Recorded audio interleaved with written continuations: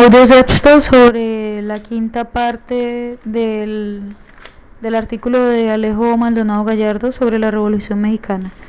La quinta parte fue titulada por Alejo como Enfrentamientos de los carrancistas contra los villistas y los zapatistas, que va de la página 403 a la página 410, cuyas partes son las siguientes. Ruptura entre carrancistas y villistas.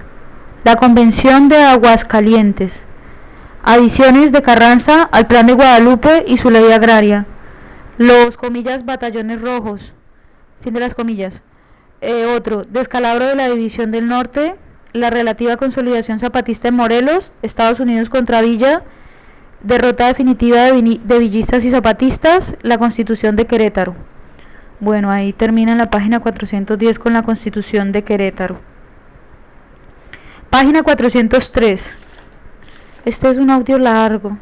Página 403. Enfrentamientos de los carrancistas contra los villistas y los zapatistas. La estrepitosa caída de Huerta puso de nuevo sobre el tapete las contradicciones entre los componentes burgués y campesino de la revolución.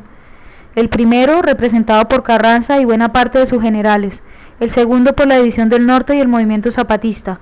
Desde varios puntos de vista, la postura de Carranza era continuadora de la política liberal de Madero, pues se negaba a impulsar un programa de reivindicaciones populares mientras se rodeaba de un gabinete formado por intelectuales y figuras de la burguesía, excluyendo a sus jefes militares del gobierno.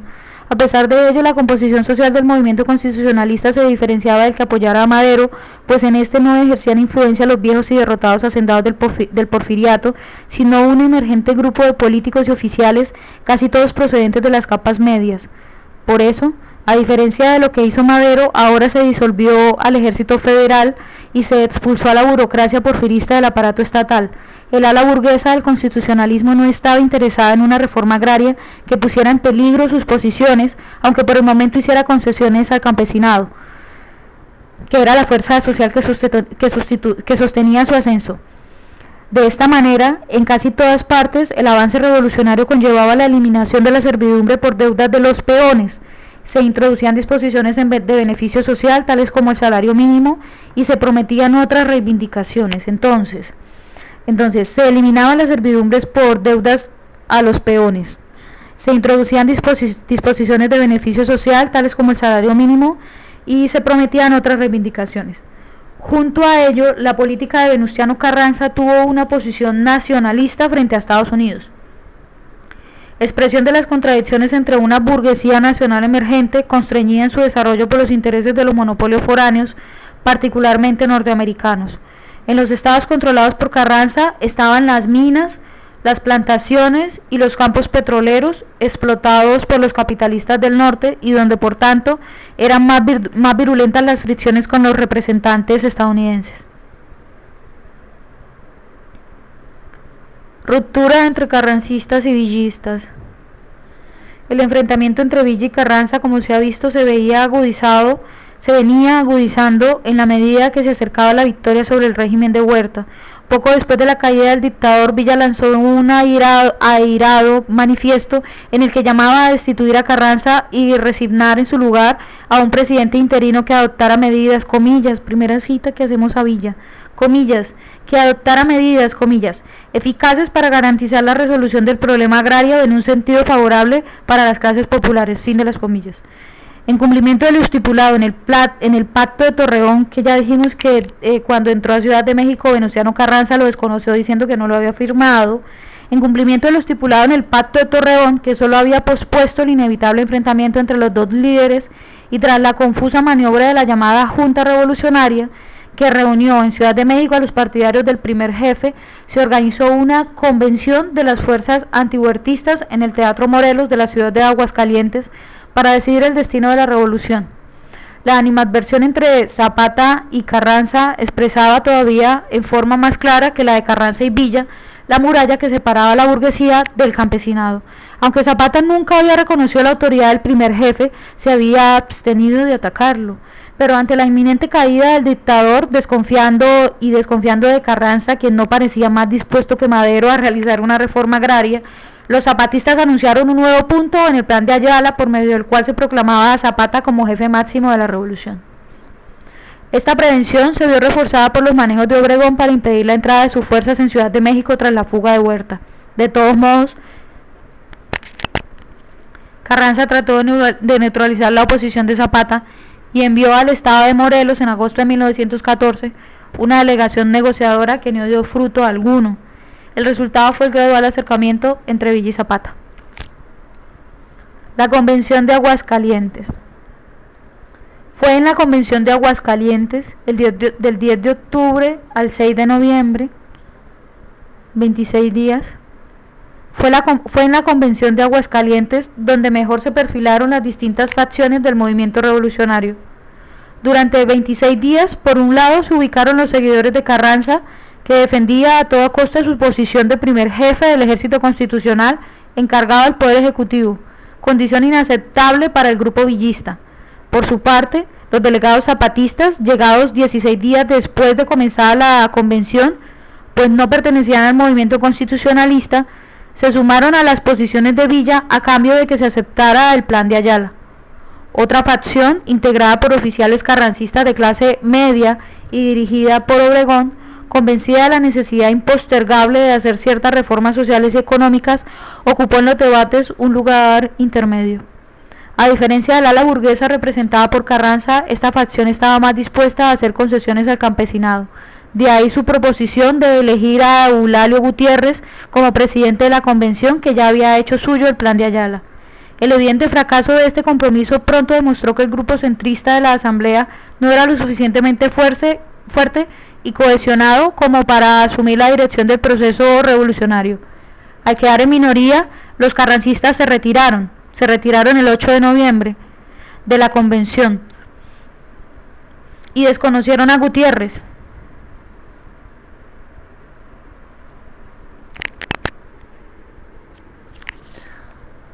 Y se opusieron al elegido por Obregón como al Eulalio Gutiérrez, apoyado por Obregón, que seguía el plan de Ayala. Poco después, ante los primeros choques armados en Sonora entre los partidarios del nuevo presidente y Carranza, el grupo de Obregón se escindió.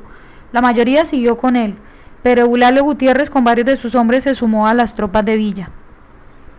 Desconociendo el gobierno de la convención, Venustiano Carranza instaló el suyo en el puerto de Veracruz, que había sido evacuado por los norteamericanos unos días antes, el 23 de noviembre. Allá se radicó hasta octubre de 1915. A principios de diciembre de 1914, las fuerzas zapatistas y villistas ocuparon la capital mexicana. Enseguida, el gobierno de Eulalio Gutiérrez, que había nombrado a Villa comandante en jefe de las fuerzas revolucionarias, trasladó su sede a esa ciudad. Pronto el gobierno convencionista reveló mínima capacidad de gestión y autoridad mínima capacidad de autoridad entre los grupos revolucionarios. En enero de 1915, las vacilaciones de este gobierno, en manos del villista Roque González Garza y después por parte de Francisco Lagos Cházaro, ante la deserción de Eulalio Gutiérrez y la falta de una estrategia político-militar, auguraban su fracaso y la del movimiento campesino para consolidarse como alternativa de poder. Ni Villa ni Zapata tenían un proyecto nacional de gobierno, solo se preocupaban por el reparto agrario con agendas regionales, sin poder siquiera establecer un clima de estabilidad en la Ciudad de México, que ambos abandonaron pronto entre el 9 y el 10 de diciembre de 1914, agobiada por una severa escasez de alimentos, agravada por comerciantes inescrupulosos y una ola de extorsiones, saqueos y asesinatos. En el campo de sus adversarios, en cambio, la creciente presión ejercida por Carranza sobre la oficialidad nacionalista y progresista le obligaron a adoptar disposiciones sociales que inclinaron la balanza a su favor, facilitando la posterior ocupación de Ciudad de México por parte de las fuerzas de Obregón, es decir, el 22 de enero de 1915.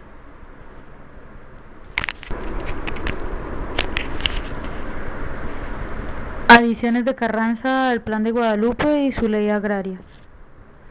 Esas medidas fueron las reivindicaciones sociales y económicas añadidas por Carranza en Veracruz al Plan de Guadalupe el 12 de diciembre de 1914 y a la ley agraria decretada el 6 de enero de 1915, según se dijo, para poner fin a, comillas, la gran desigualdad en la distribución de la propiedad territorial, fin de las comillas. Ahí se declaraba que las tierras expropiadas a los pueblos les serían devueltas, mientras los latifundios podían ser expropiados para repartirlos. Sin duda, estas disposiciones significaron una gran concesión al campesinado, aunque detrás de ellas se escondía el objetivo de recuperar el apoyo social perdido por el constitucionalismo, y pretendían hábilmente neutralizar el atractivo de los programas agrarios de Zapata y Villa, pues estas disposiciones eran más amplias que las reformas político-sociales dictadas por la Convención en enero de 1915, o incluso la adoptada después por Villa en mayo de ese año. Con estas enmiendas al Plan de Guadalupe, Francisco Múgica y Salvador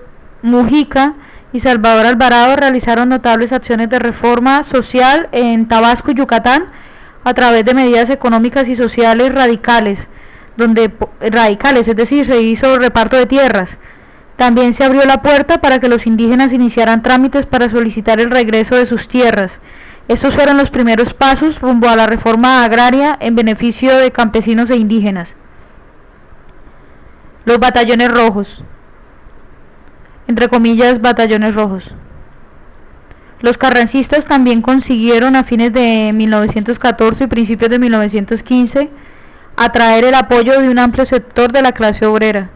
A ello no solo contribuyó la postura antiimperialista de Carranza y su respaldo a la formación de sindicatos en el territorio ocupado por sus fuerzas, sino también las contribuciones extraordinarias y requisas impuestas a ricos propietarios y comerciantes por parte de Obregón tras reocupar la Ciudad de México, que aliviaron las penurias de la población urbana, así como el arresto de un centenar de sacerdotes para obligar a la Iglesia a entregar recursos destinados a la población humilde de la capital, la donación a los trabajadores de una imprenta clerical expropiada y la entrega del convento de Santa Brígida a la Casa del Obrero Mundial, creada en 1912. De esta manera, en su corta estancia en la capital, entre enero y marzo de 1915, Obregón la convirtió en su más firme base de apoyo político y social para la ofensiva contra Villa. En este contexto, los dirigentes obreros y el gobierno de Carranza firmaron un acuerdo en Veracruz el 17 de febrero de 1915, donde la Casa del Obrero Mundial se comprometía a organizar batallones rojos e incorporarlos al ejército constitucionalista.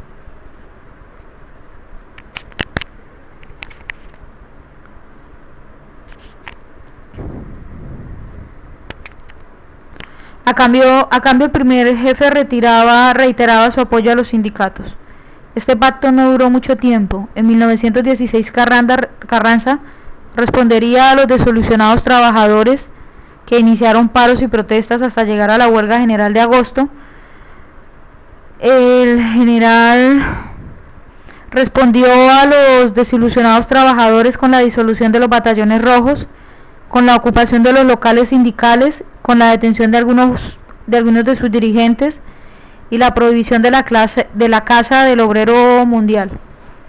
El 1 de agosto de 1916, cuando ya el villismo había dejado de ser una amenaza, Carranza dictó una ley que amenazaba con pena de muerte a los que incitaran la suspensión del trabajo en las fábricas o en las empresas.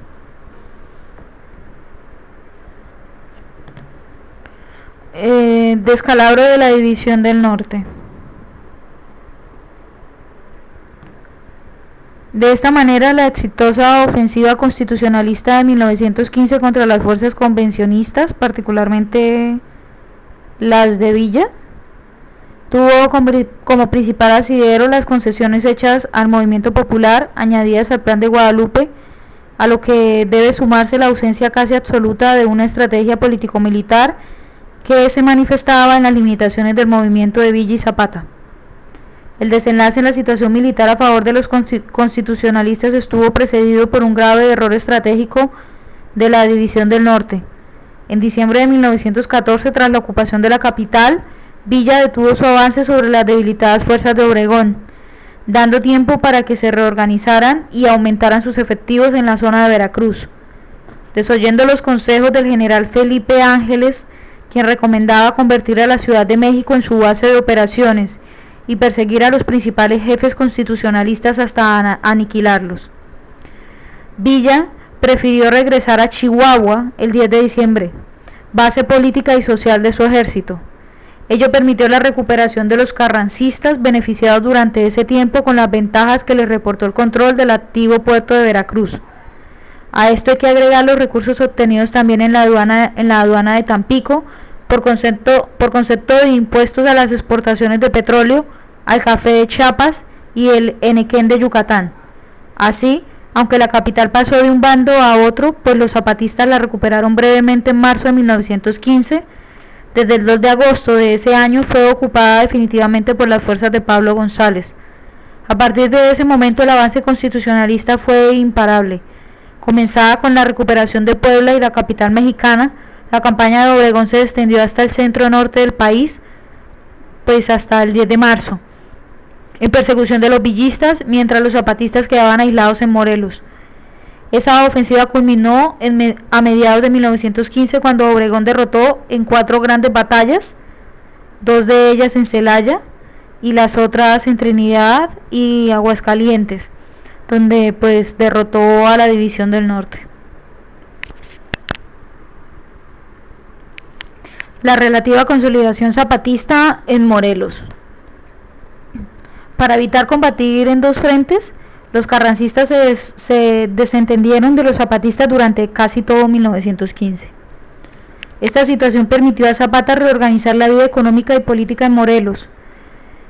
Eso significa que se aplicaron los principios del Plan de Ayala y se confiscaron los ingenios y destilerías que pasaron a operar bajo la administración de oficiales zapatistas. Este sistema de influencia socialista fue legalizado en octubre de ese año por el llamado Consejo Ejecutivo de la Convención, con la aprobación de una ley agraria que representó el aspecto más extremista de la legislación revolucionaria, pues dispuso la expropiación sin indemnización de la propiedad terrateniente y capitalista. Bueno, Alejo dice en un entrecomillado que el Consejo Ejecutivo de la Convención estaba compuesto mayormente por gente de Zapata. De esta forma, el zapatismo se radicalizaba y superaba sus concepciones originarias, propias de una antigua comunidad campesina que defendía sus tradiciones seculares frente a los voraces apetitos de los hacendados. Pero el desarrollo de esta experiencia fue afectado desde fines de 1915 al reanudarse las hostilidades gubernamentales contra los zapatistas. El ejército de Pablo González realizó una campaña de exterminio, pues la población campesina de Morelos era reconcentrada violentamente o aniquilada. Compulsado a volver a su vieja táctica guerrillera, Emiliano Zapata organizó la resistencia y el estado de Morelos se convirtió en teatro de una sangrienta contienda.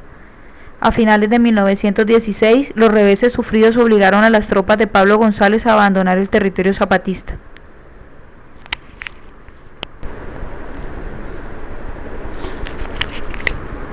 Estados Unidos contra Villa.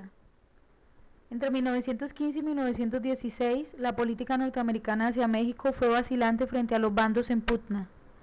Al principio valoró como factible el triunfo de Villa, lo que le llevó a auspiciar un acuerdo con los constitucionalistas al mismo tiempo que evacuaba su ejército de Veracruz en noviembre de 1914. Cuando el enfrentamiento entre villistas y carrancistas alcanzó su clímax en los primeros meses de 1915, Woodrow Wilson envió una amenazante nota, exactamente el 2 de junio de 1915, que fue rechazada por Carranza y por Zapata. Fracasados estos intentos, planeó un golpe militar que eliminase a los 3 jefes más importantes, es decir, a Zapata, a Villa y a Carranza. Finalmente optó por convocar a una conferencia panamericana para organizar un gobierno provisional apoyado por Estados Unidos y reconocido por los ministros del ABC, es decir, por Argentina, Brasil y Chile, ABC. Cuando esta conferencia inició sus sesiones en Washington el 5 de agosto de 1915, los constitucionalistas dominaban la mayor parte del país, mientras Villa se batía en retirada y Zapata quedaba aislado en Morelos. En estas condiciones, al gobierno de Woodrow Wilson le era imposible hacer de árbitro y solo le quedaba reconocer al vencedor, como lo exigió Carranza en su respuesta a la nota panamericana. Lo que sucedió el 19 de octubre, aunque pedía las siguientes garantías: protección a la propiedad y la vida de los extranjeros en México, amnistía general, libertad de cultos y solución del problema agrario sin expropiaciones. Eso lo pidió el 15 de abril de 1915. Estas circunstancias explican lo sucedido en Agua Prieta. Agua Prieta en frontera con Estados Unidos. Entonces, en Agua Prieta, donde Villa libraba una batalla decisiva contra los carrancistas, exactamente el 1 y el 2 de noviembre de 1915. Agua Prieta. Los norteamericanos dejaron pasar por su territorio a 3.000 constitucionalistas que sorprendieron a los villistas por la retaguardia, destrozando la división del norte. La violenta reacción de Villa, agravada por el embargo de armas en su contra, se veía venir cuando declaró, comillas, otra cita a Villa: a partir de ese momento dedicaré mi vida a matar a cada gringo y a destruir todas sus propiedades. Fin de las comillas. Más tarde, un destacamento suyo detuvo un tren en la localidad de Santa Isabel, en Chihuahua, y fusiló a 18 pasajeros estadounidenses. Eso pasó el 10 de enero de 1916. El 8 de marzo de 1916, 2 meses después, el propio Villa atacó con 500 hombres el poblado de Columbus, en Nuevo México, en territorio norteamericano. Más tarde, lanzó en Naco un manifiesto el 5 de noviembre de 1915, donde anunciaba su política hacia el gobierno estadounidense. Como represalia a las acciones de Villa, Woodrow Wilson envió la expedición del general John Pershing con 6.000 soldados y aviación, que penetró en México para perseguirlo, desatando con ello una ola de sentimientos antinorteamericanos. En respuesta, Carranza exigió el 12 de abril de 1916 la inmediata retirada de las tropas yanquis, que ya sumaban 10.000 hombres, y el 22 de mayo acusó al gobierno de Washington de agresión, mientras ordenaba a su fuerza resistir todo avance del ejército invasor. Sin embargo, la situación internacional impediría a Estados Unidos ir más lejos. Wilson estaba muy preocupado por los proyectos alemanes para arrastrarlo a una guerra con su vecino del sur e impedir la participación norteamericana en la conflagración europea, lo que consideraba cuestión de tiempo. Por ello, reanudaron las negociaciones con Carranza en julio de 1916, que sin dar concesión alguna consiguió que ese país retirara sus tropas el 18 de enero de 1917. A favor de ello, operó la inevitable entrada de los yanquis en la Primera Guerra Mundial. Derrota definitiva de villistas y zapatistas. Estoy en la página 409. La situación de Carranza de todos modos era muy complicada. La vieja oligarquía porfirista disponía aún de importantes recursos económicos y militares y operaban las bandas contrarrevolucionarias de Félix Díaz e Higinio Aguilar en Veracruz y Manuel Peláez en Tampico, territorio rico en petróleo. De esta forma, debía combatir no solo a estas fuerzas y a la resistencia que por separado le hacían los villistas y zapatistas, sino también a las permanentes presiones y pretensiones estadounidenses. En octubre de 1916, el legendario jefe de la División del Norte hizo un nuevo llamado a la resistencia nacional contra los invasores norteamericanos y convirtió a Chihuahua en un centro de operaciones. En noviembre y diciembre de ese año tomó transitoriamente las ciudades de Torreón y Chihuahua. Gracias a su experiencia guerrillera logró mantenerse en actividad hasta 1920, cuando finalmente depuso las armas. 3 años después, fue asesinado. Casi paralelamente proseguía en el sur la guerra genocida contra Zapata, y donde sus consolidadas bases campesinas habían destruido el antiguo aparato estatal, expropiado y repartido las haciendas, e instituido un sistema democrático basado en órganos selectivos municipales. En esta época, Zapata era un dirigente de estatura nacional que proclamaba su solidaridad con los sindicatos, que eran reprimidos por Carranza, y ofrecía su apoyo a las reivindicaciones económicas y sociales de la clase obrera. Después de promulgada la nueva Constitución, el 5 de febrero de 1917, los zapatistas entraron en un rápido aislamiento. A fines de 1917, las tropas de González lograron empujarlos hacia las montañas, donde siguieron librando la lucha guerrillera algunos años más. En esas condiciones, y engañado por el coronel Jesús Guajardo a las órdenes de Pablo González, Emiliano Zapata fue asesinado a traición en la hacienda de Chinameca el 10 de abril de 1919. Con su muerte, las reivindicaciones sociales del zapatismo devinieron en la conciencia crítica de la Revolución Mexicana. La Constitución de Querétaro.